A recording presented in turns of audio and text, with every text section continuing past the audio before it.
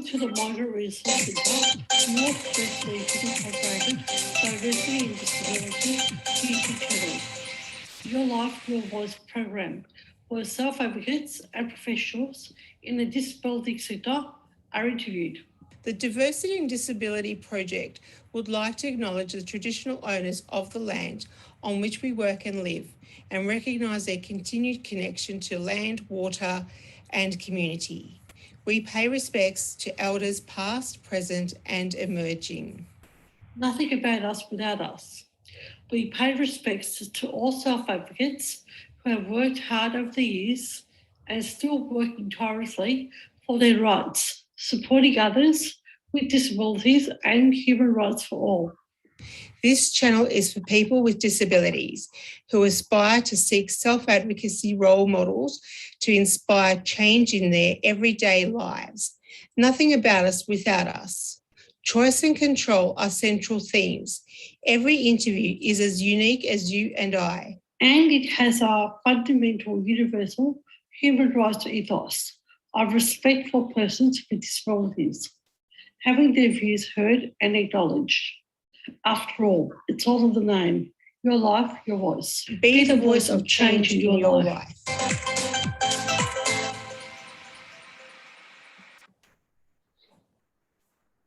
Good morning and welcome to another edition of Your Life, Your Voice.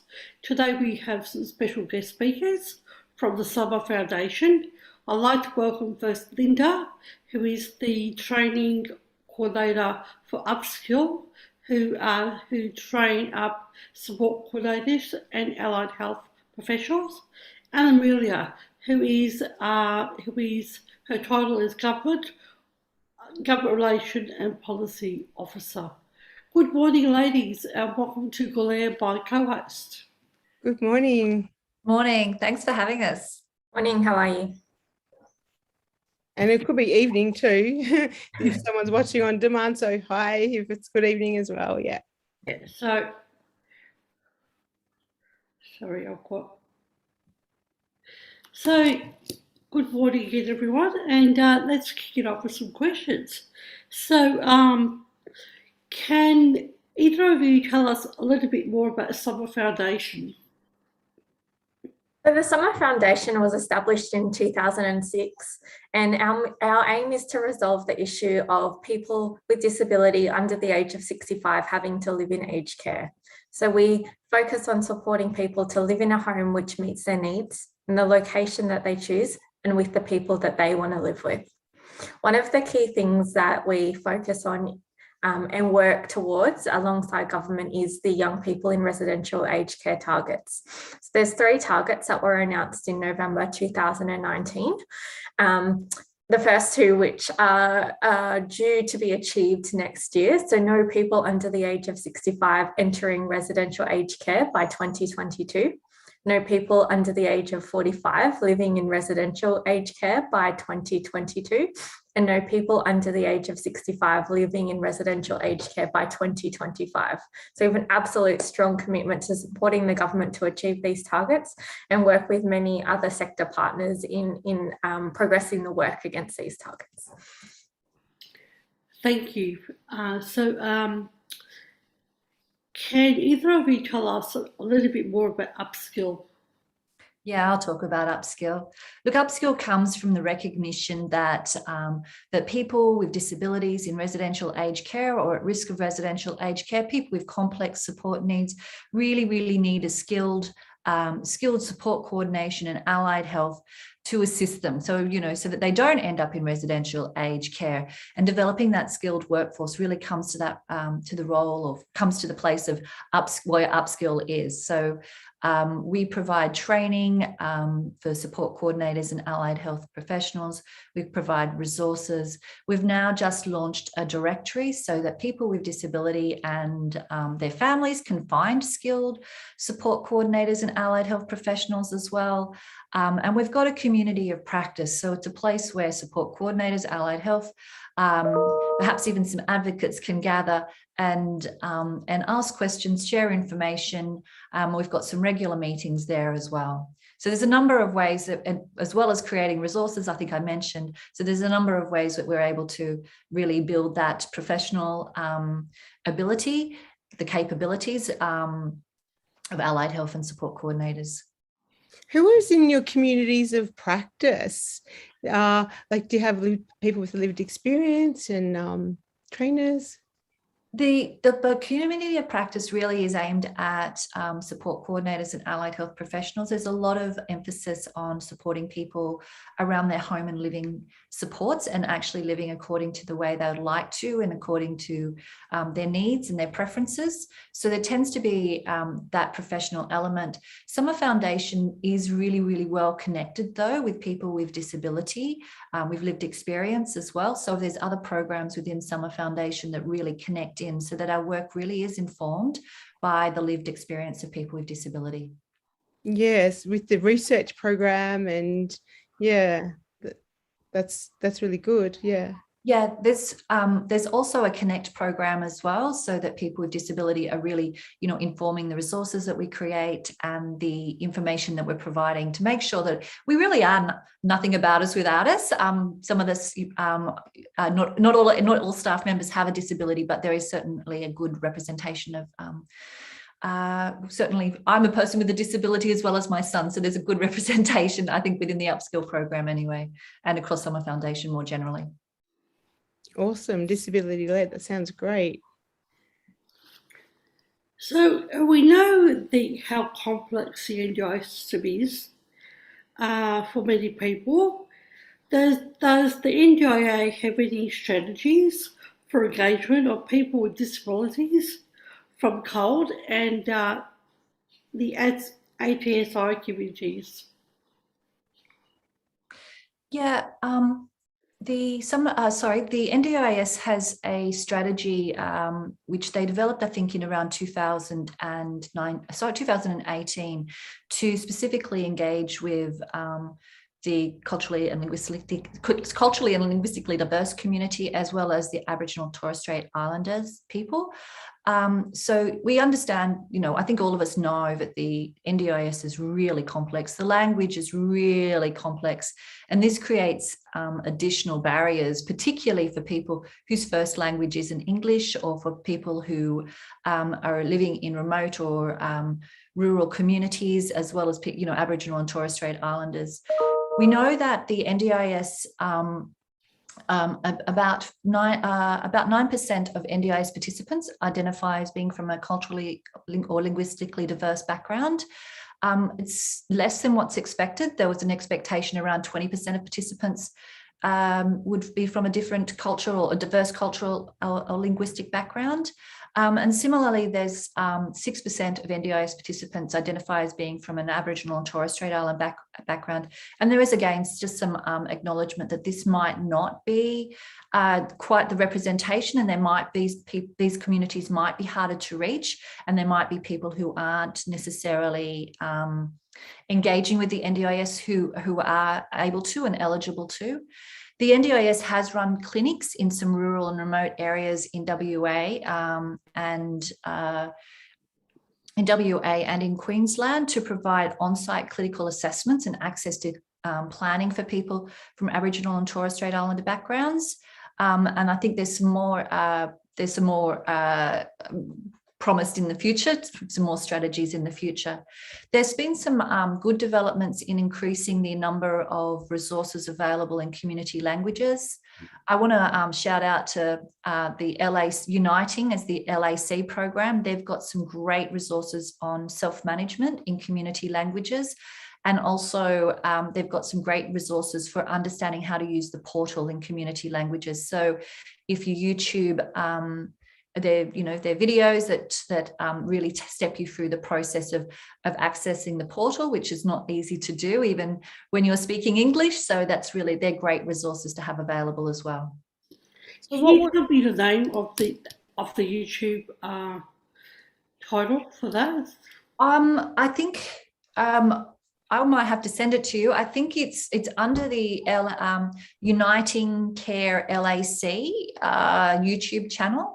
But I will definitely send you the link because it's not that well known and easy to find. So certainly I'm happy to send you the links to that so that people can access that more readily.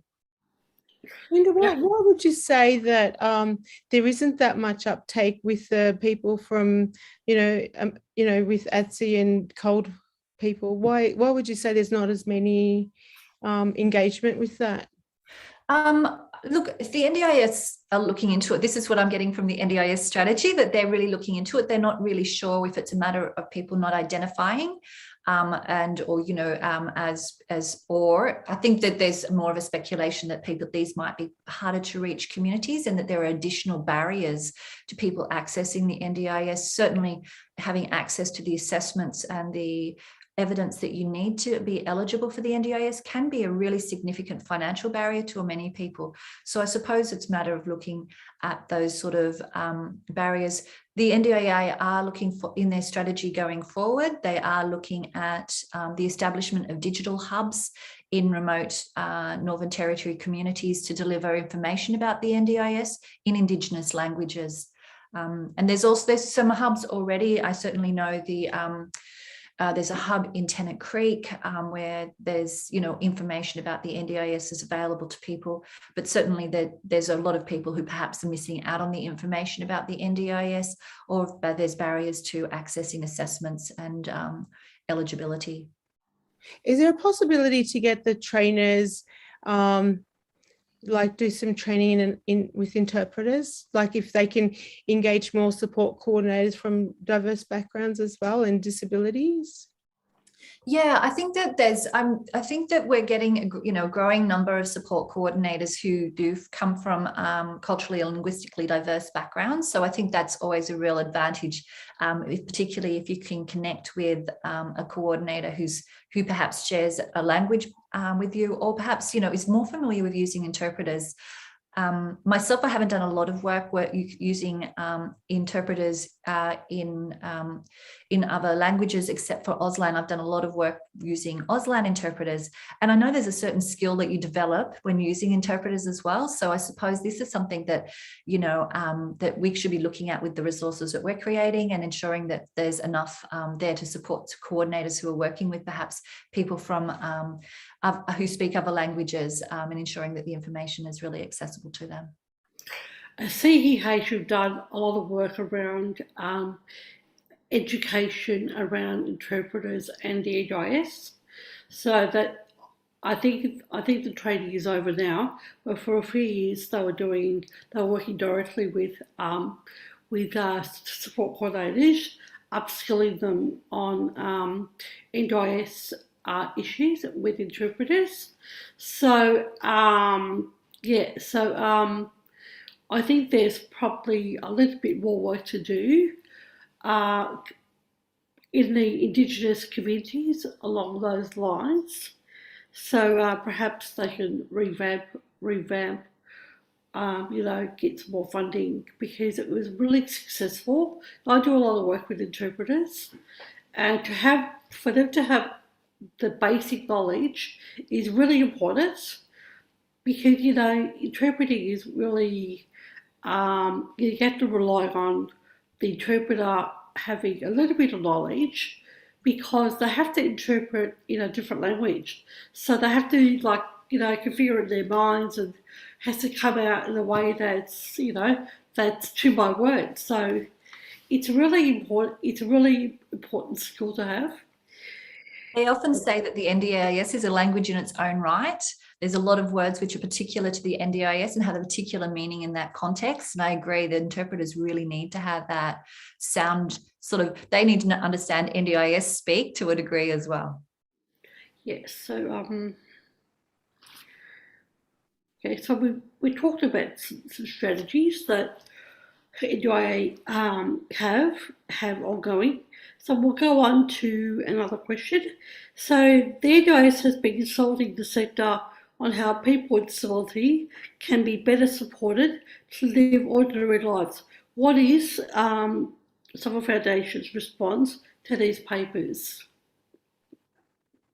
First of all, I just want to say that it was actually great to see the home and living policy come out from NDIA, and it had a great focus on person-centred supports, flexible funding, and an ordinary life. So a really great start and a really great platform for the sector to take that forward. So Summer Foundation's response to the consultation paper focused on upholding human rights, increasing participant choice and control, and building on the capacity of people with disability, their families, and also the capacity across the sector. So our approach to the submissions, such as this, is always to bring the voice of participants and lived experience to the National Disability Insurance Agency and ensure that that reaches the policymakers. So it's really important that people with disability have the opportunity to influence the way that policy is designed, and that's absolutely the way that we work when we're responding to these consultation papers. So through our submissions, we called for planning, conversations to focus on understanding and implementing the needs and goals and preferences of the participant in line with reasonable and necessary assessments of funding. Information for participants should be co-designed by participants to ensure that the information provides the right level of information and is actually purposely designed for participants.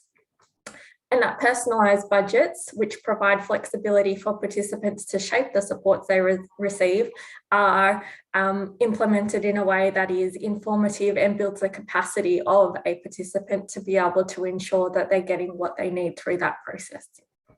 Linda, anything you wanted to add? Yeah, look, I think that our training that we provide through Upskill in particular really highlights, the human rights-based practice. It really highlights really focusing on a participant's preferences and their support needs, and then building the supports around. So I think the paper really sort of is central to having good practice in the sector, supporting people to live the way they want to live that ordinary life. So co-design has been a really important addition to the dialogue with people with disabilities, and rightly so, because they need to inform and educate policymakers in their personal choice wants and needs. And what we've found in the sector is that we get better outcomes.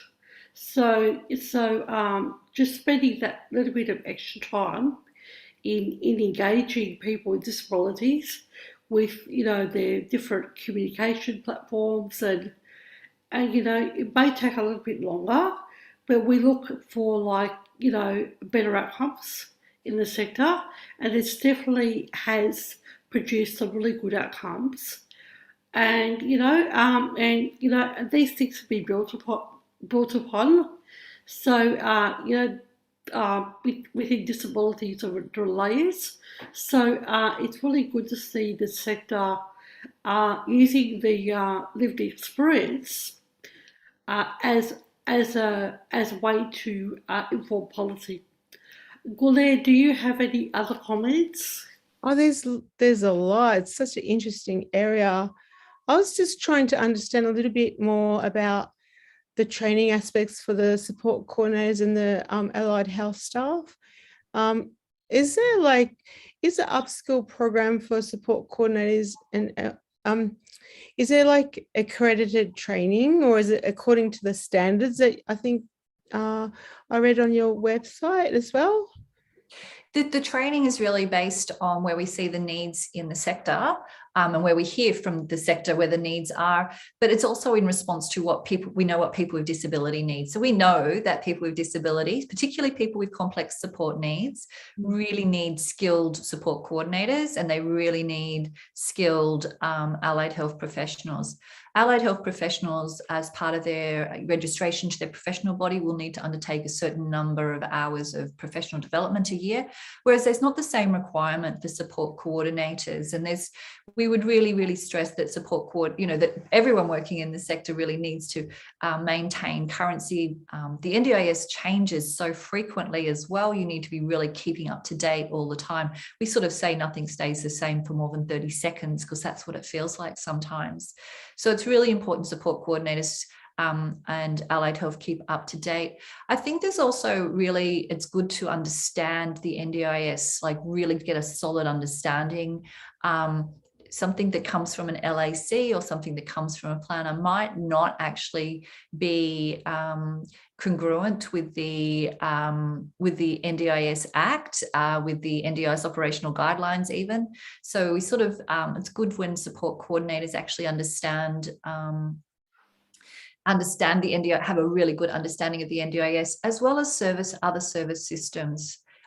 Because, you know, not the NDIS isn't there to solve every issue, and people with disability will engage with the health system, education system, housings, might be mental health, it might be the criminal justice system, it might be family services as well. So there's multiple other systems that the NDIS participants might be engaging in, and particularly their support coordinator will be needing to help them negotiate those systems as well.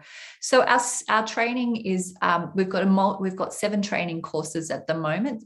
We do regular webinars as well. So we've done some webinars on individualized living options, on behaviour support, positive behaviour support, and on support for decision making. So these are one-off sessions as well, and we're developing more training again.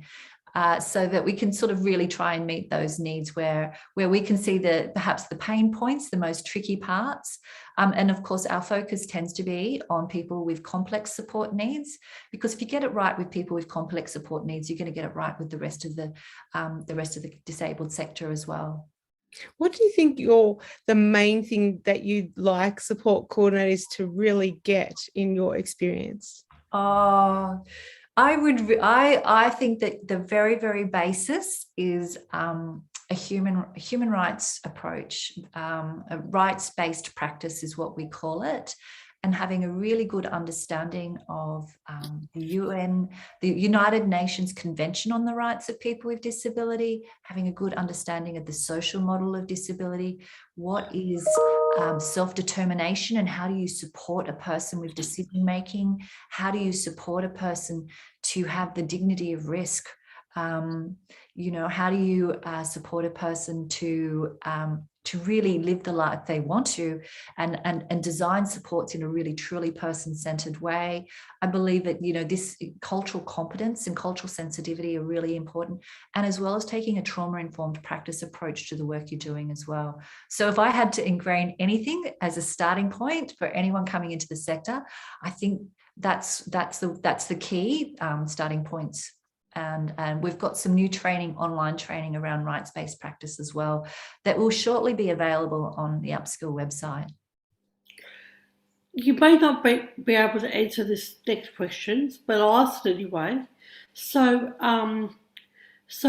we've talked about how dynamic the NDIS is. So, are there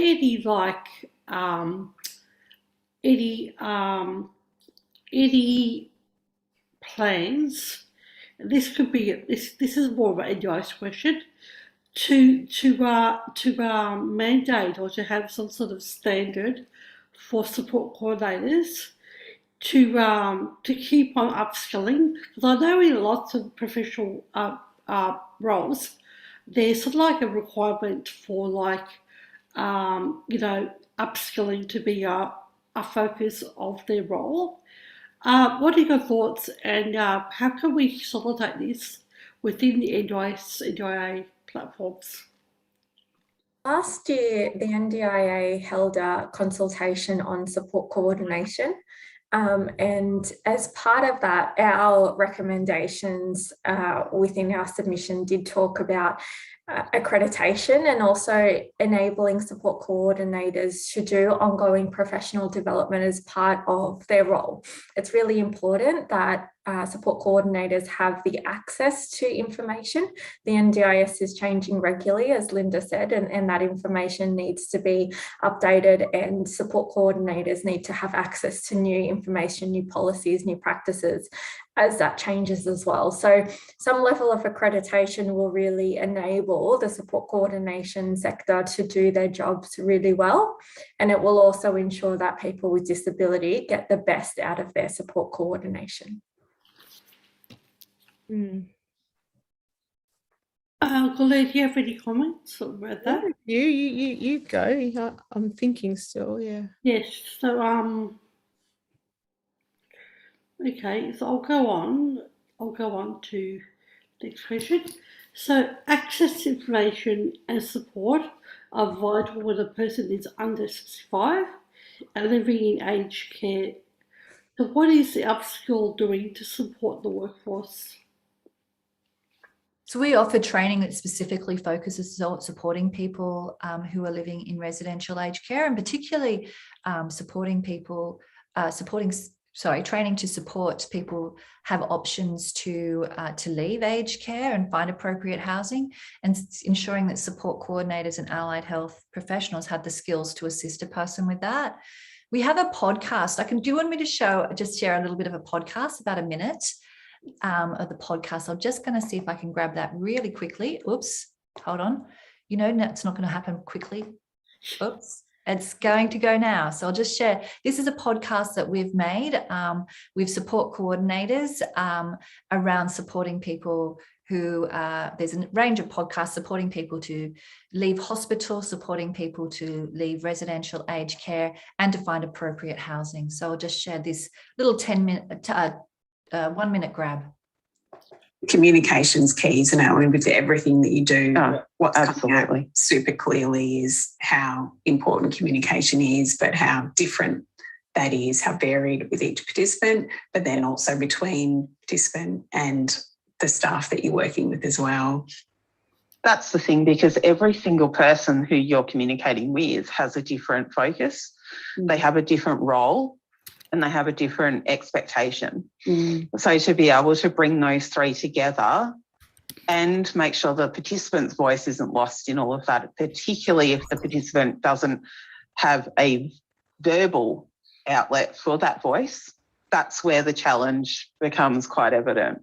Whilst having the communication lines are open is absolutely paramount, it's also about making sure that you're managing those expectations. Communication's key. Sorry, I'm going to play it again. Oops, stop. There you go. That's just a little grab from one of the podcasts that we've done. But there's a number of podcasts there, and that was Andrea Lockwood from Summer Foundation and Laura Schutz from Independence Australia. And Laura is a support coordinator and leads a team of support coordinators. And she shares a great deal of experience in those podcasts. You do have a lot of podcasts. There was some that the Summer Foundation website, it looks like there's a lot of resources available with the Summer Foundation upskill program out there. Yeah, there's resources, there's videos, there's actual tools. I think this is really important as well. So we've got tools for helping people, resources for support coordinators and allied health if they're stepping someone through looking at housing, making a housing plan. All those sort of tools are available, and they sort of provide a template or a guide to go through sort of some of those really complex processes that might be required by the NDIA. So can you provide us with the website? Yes, absolutely. I'll provide links to everything we've discussed today. Wonderful. And what we'll do, we'll put it on our on-demand site so people could have easy access to the links, because part of a disability and it's access. Yes. And the easier we make it for people, the better. So we'll do that in the on-demand site. Fantastic. Yeah, and also like captioning sometimes is needed out there too with what we do. Summer Foundation also has some great resources created by people with disability, and I think these are really great for perhaps people who are living in residential aged care and haven't really had the opportunity to think about leaving. So there's some resources there, certainly resources that help families as well who might be a bit concerned about their family member leaving. So I think there's a really great multitude of resources available throughout Summer Foundation. So I'll provide some links there as well, and a bit of information about what the resources are about. Yeah, it's wonderful. It's wonderful how it's there. Like, is it who initiate, like, could you tell me a little bit more about how Upskill and Summer Foundation, like how it got created? Like what, could you expand on that at all for us? Summer Foundation was created in 2006 by Dr. Di Winkler, and Di is an OT, and she saw the problem of young people being forced to live in aged care because there was nowhere else for them. And so she created Summer Foundation to really to look at the systemic change that's needed to find sustainable other housing solutions for people. It was just really, I think, this idea that this shouldn't be happening, and a real determination to change things. Yeah, well, as we know, on the Maslow ladder, housing is the most important thing. Secure housing is the most important thing. And once those issues are sorted out with a person's life, they can move on to other things that they want to do in their lives. But I just am really, really so happy that there are organisations like Summer Foundation, because there's lots of homelessness amongst people with disabilities. So, and this leads to lots of other issues. So it's great that we have professionals working on these issues from a civic level. I'm also thinking about, like, Linda, Amelia, like with the international comparisons over, say, what happens in England with their system of that's similar to what we have in Australia. Like, have you got any feedback about that, like comparing the two countries and what happens there and what happens and what we do and what they do? Is there any information about that? Amelia, did you want to say anything there? I've got some information from other roles I've had, but are you happy for me to go, Amelia? Yeah, go for it. Yeah, okay. So in the UK, so this comes from other roles that I've had, particularly looking at self-management. So I'm sort of looking at the UK, where they've had funding available for people to, what they call in the UK is to self-direct their support. It varies. The UK's varies. They don't have a sort of a national funding body like Australia does. And I think it's really funding can really vary very much on the location that you're in.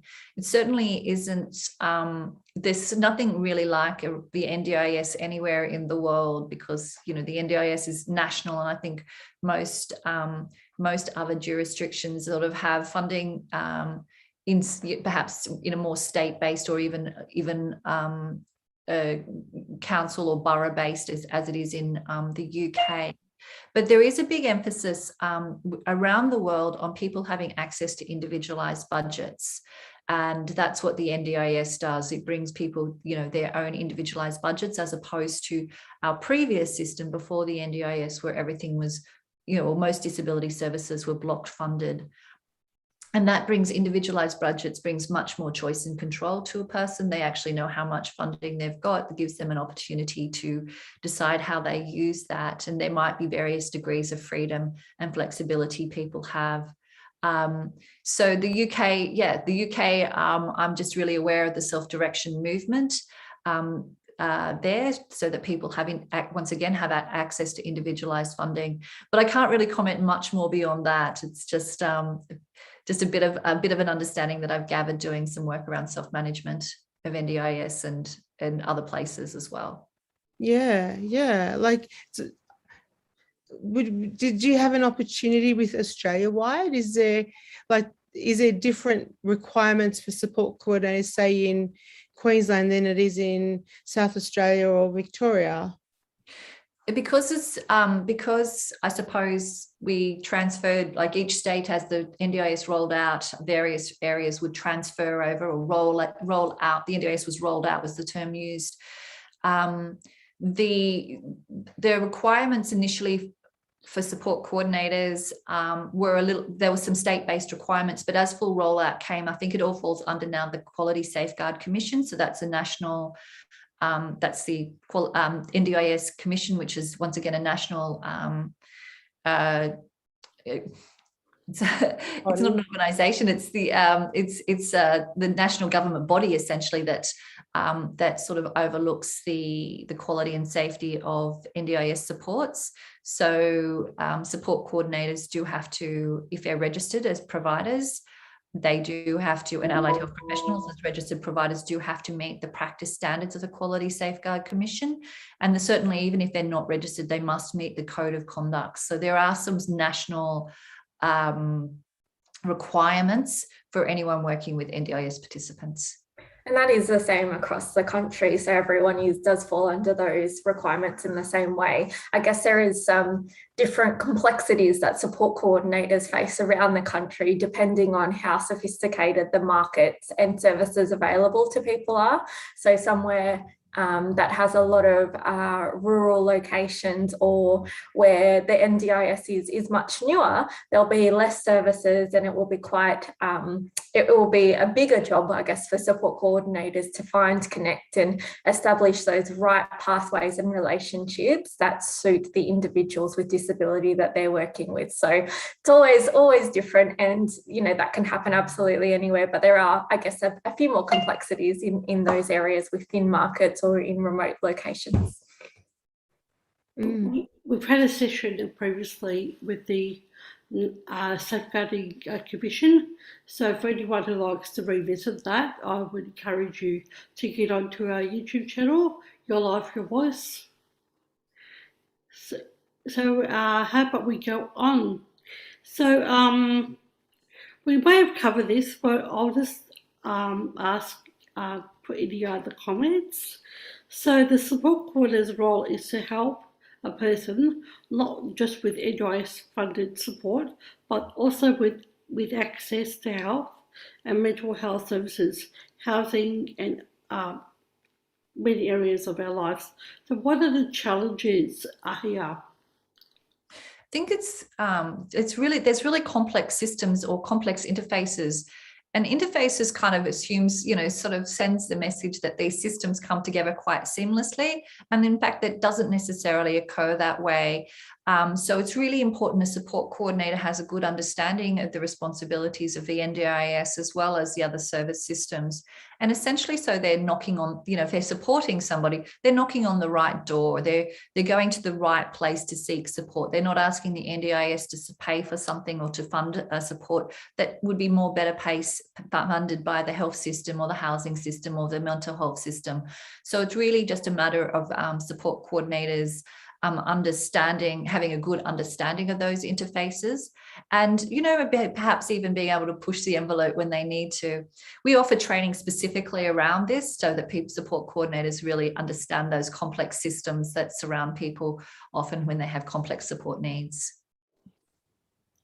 Guler, would you like to comment? Or do you have a comment about what's been said? I'm just trying to think, for people who might be watching from in a rural town, we've got a lot of, it sounds like, the Summer Foundation is well-rounded. It's really great that it started off with an OT, and the dream grew. And I'm just wondering, what is the next strategy for the next, say, 5 to 10 to 20 years? Which way are you moving with these ideas, with all the experience that we're gaining? Well, quite excitingly, Upskill is rolling out nationally at the moment. So we're looking at how we can work with support coordinators and allied health professionals right across the country. And Linda is leading that work, which is absolutely fantastic, and ensuring some of our resources and networks are updated. So we're making them relevant for everyone around the country. And that means we do need to explore some of those nuances, I guess, in what needs to be put in place for some regional locations, and the extra support or extra guidance that might be needed in some of those trickier circumstances, but also keeping up the policy connection to Upskill and ensuring as the NDIS changes, grows, improves, that the information and flow through to upskill likewise does the same. And so Linda has a big job, but an absolutely fantastic and exciting job ahead of her in taking upskill to the next step. Would you align it to another, like a training package, Linda, like with the training? And oh, we're creating more training as time goes on. We're sort of really looking at creating training around building individualized supports, looking at, you know, an ongoing training. So we're really responsive to the changes, as Amelia said, within the NDIA, as the NDIA grows and improves as well. So and always growing our resources as well, making sure they're fresh and up to date and accurate as well is a bit of a task because things change so often, but certainly that's an ongoing project to expand the offerings that we have in terms of training, having more one-off webinars which on a specific topic with, you know, a panel of experts, creating more resources. We're growing the directory with support coordinators, and allied health can put their name down and people can find them really readily, skilled people, as well as our community of practice. It's sort of we're in a growth phase for all of those, and particularly, as Amelia said, as we go national and really build our national profile. And would you see it like social workers, psychologists, they all get like this is all moved on, and because this is a new area for support coordinators and allied health staff, would you see it becoming something like that, like an arm sort of what you do maybe in the TAFE kind of sector? It's in the tech, like at the moment we don't offer like a professional, like a accredited qualification. It's certainly something we could be discussing, but at the moment we do offer like a certificate that people have completed the training and gives a synopsis about what the training is around. And yeah, our training is really some of that is quite relevant to support coordinators, some of that's relevant to occupational therapists, but generally we find trainers from a number of participants from a number of disciplines that engage in our training. We get a number of advocates along as well. So are the resources available in other languages? Are they available, sorry? Are the resources available in other languages, community-based languages? At the moment, I think they're predominantly English. There might be some resources available, and I'd need to check on this, some resources aimed at people with disability where the resources are created in community languages. Again, I just need to check on that. The Housing Hub probably has some resources, but I just can follow up and check. Thanks. I don't know, Guler, is there anything else you'd like to discuss? Well, I'm thinking maybe Linda or Amelia might think, what question would you like us to ask you that you're burning to tell us, to tell people with diversity and disability? Like, what is something that you want to get across, that you both want to get across? Well, I'm really interested in the peer support and the self-advocacy that you do. So because I think part of a support coordinator's role in particular is to ensure that people with disabilities are able to build their skills and advocate and understand and advocate for themselves around this sector. So I'm really keen to hear about that. So do run a number of groups. Some are based around parents with children with disabilities, and others are for people with disabilities. I've been running women's groups since about 2015. So, and that's the division with these groups is intentional because we didn't wanted to have free conversation. So we wanted to eliminate conflict of interests. Like we've been discussing around the cold sector, it's really tricky because of the language barriers, but we have consistent guest speakers from different sectors.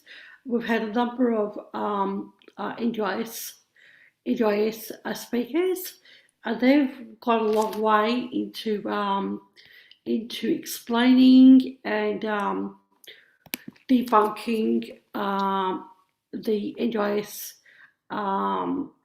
language and how people could access the portal.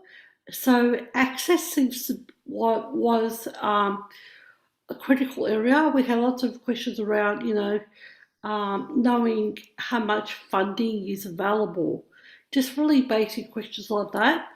And when you cover a cold platform, you have all sorts of issues to deal with. A is like the parents concerned about, providing that support for their child. And so there are a number of we encourage self-care and all those sort of things. So within this sphere, there's lots of things to navigate. So and then with the people with disabilities, we work with lots of complex communication needs. So we have strategies to do with, their needs, and so we encourage participants to sometimes they need an individual advocate to help them navigate their way through some things that they're not sure of. But it's always person-centred, and I think it's well supported in that sense. But it's really challenging, is probably the end result. But having run these groups for a number of years now, they've come a long way. The participants have come a long way in understanding NDIS, in asserting their rights a bit more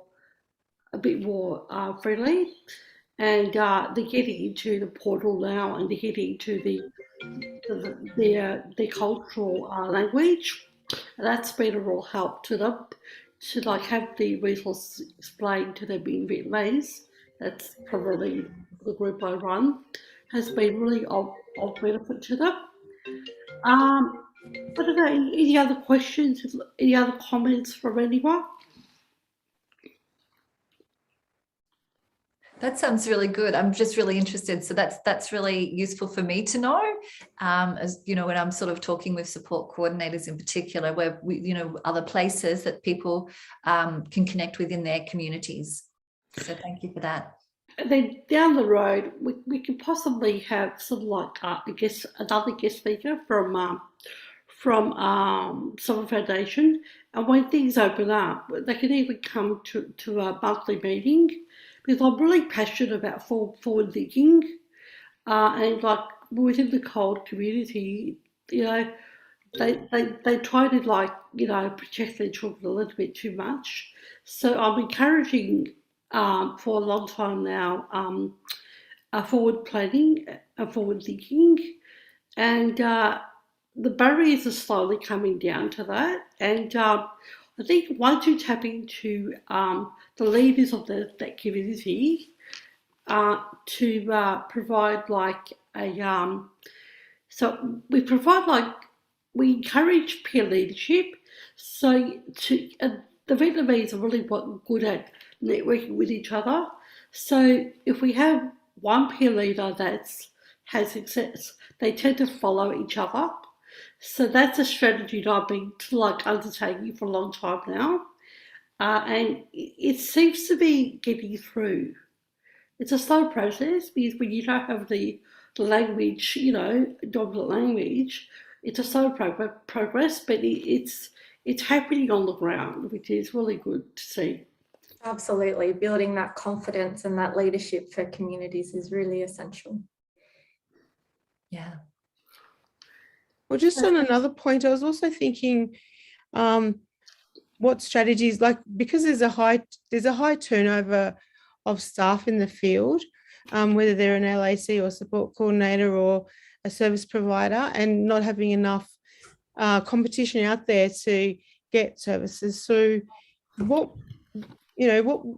should someone look out for to make sure that they have continuous continuity of care and things like that? you want to, have you got any thoughts there, Amelia, or do you want me to jump in? Okay.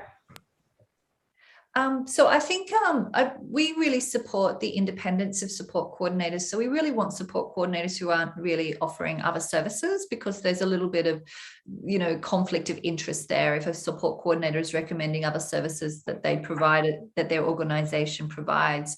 But I think that it is really worthwhile having conversations with support coordinators, particularly if they're small organisations. What happens if you're not available, or what happens when you go on holidays, etc. So it's really worth having those conversations up front before you engage with a support coordinator. I think that it's we've got a new resource out called Choosing a Support Coordinator, which really runs through a number of questions and things that you might want to ask a support coordinator before you engage with them. Things around that, billing, around the area of specialization, their understanding of the NDIS, and a whole range. It's aimed it's aimed for people with disabilities. So it's actually one of the resources I should have mentioned earlier. It goes alongside the directory that I just mentioned earlier as well. So we've got a directory where you can find support coordinators in allied health, and we've got a guide there to help people think about the questions they might want to ask. And certainly you're right, continuity of care and support is really, really important. Part of the registration process is to demonstrate that when you register as a provider. But really having that conversation with a support coordinator around that is really important. And I just think that one of the really important things again is, establishing that sort of trusted relationship, that trusted rapport is really vital. But also knowing that, if it's not working out, people with disability have they've got their own money, then they can go shopping and find a support coordinator that really does work for them. It'd be really interesting to have a copy of those resources for my groups, because I really push the choice and control, and and to debug the fear factor of moving on. Because a few of them did have to move on from different supports and challenge, why are you charging me, why are you charging me for a group that I'm not attending, and all sorts of things like that. So that's something we really push and encourage people to challenge, because it's their money, and if their money's not being used or be used, inappropriately, then we need to really look at that. Yeah, I'll send you the links to it. It's on our website at the moment, and I'll send you links as well. So to the PDF. So that's just really. I actually forgot about that, and it was just launched last week, so I shouldn't have. Sure, great. Do we have any other comments at all, Guler, Amelia, Linda? We have another person join us, but I don't know who he is, so I'll just leave it for now. We'll just sort that out later. I just want to thank you for having us. It's been really, really lovely to have this chat today. And great to talk to you and hear a little bit about what you do, but also share some of our key work as well. Yeah, well, thank you so much. Amelia and Linda. We've had a couple of sessions with Summer Foundation, because it's so important that we get, housing options right. Sorry about that. In the sector. So again, thank you so much for discussing some of the policies that Summer Foundation are involved in. I suppose with that, Guler, do you want to go to the outro? I want to say thank you, and thank you to our audience. And if you have any ideas that you want us to look at, we'd love to hear from you. And we've also enjoyed being able to bring you information that might be needed and for you in the future, or someone that you may know. So I'll just say bye and thank you for everyone, for our interviewees and our audience. Thanks. Thank you.